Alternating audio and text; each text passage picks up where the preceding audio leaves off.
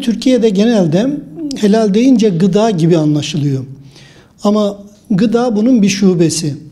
Helal bakmanın, konuşmanın, iş yapmanın, dinlenmenin, tatil yapmanın da helali vardır, haramı olduğu gibi. Belgeli ürünler, helal belgesi henüz alınmamış ürünlere göre bazen daha pahalı gösterilebiliyor. Bunu reddediyoruz. Böyle bir şey olamaz. Yani bir ürünün helal belgesinin olması onun fiyatının artmasına neden olacak bir çalışma değildir. O zaman vatandaşımızı biz helal olmayan, daha doğrusu helal belgesi olmayan ürünler ile helal belgeli ürünler arasında tercih ederken fiyat aralığına da bakma mecburiyetinde bırakıyoruz.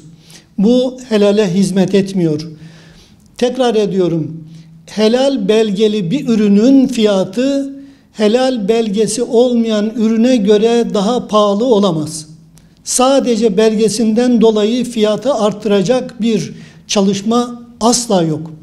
Ramazan'da dikkat ettiğimiz, tercih etmekte ısrar ettiğimiz ürünleri Ramazan'dan sonra da devam ettirmeliyiz.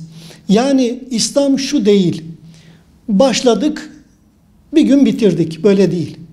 İbadetler de böyle, devamlı olanı makbuldür. Tutarlı olmak zorundayız. Yani bir ürünü bugün boykot edebiliyor isek, biz onu artık bizim olana kadar boykot edebilmeliyiz. Tercih ediyorsak, o ürün kendini bozduğunu kabul ettiğimiz zamana kadar biz o ürünü tercih etmeye devam etmeliyiz.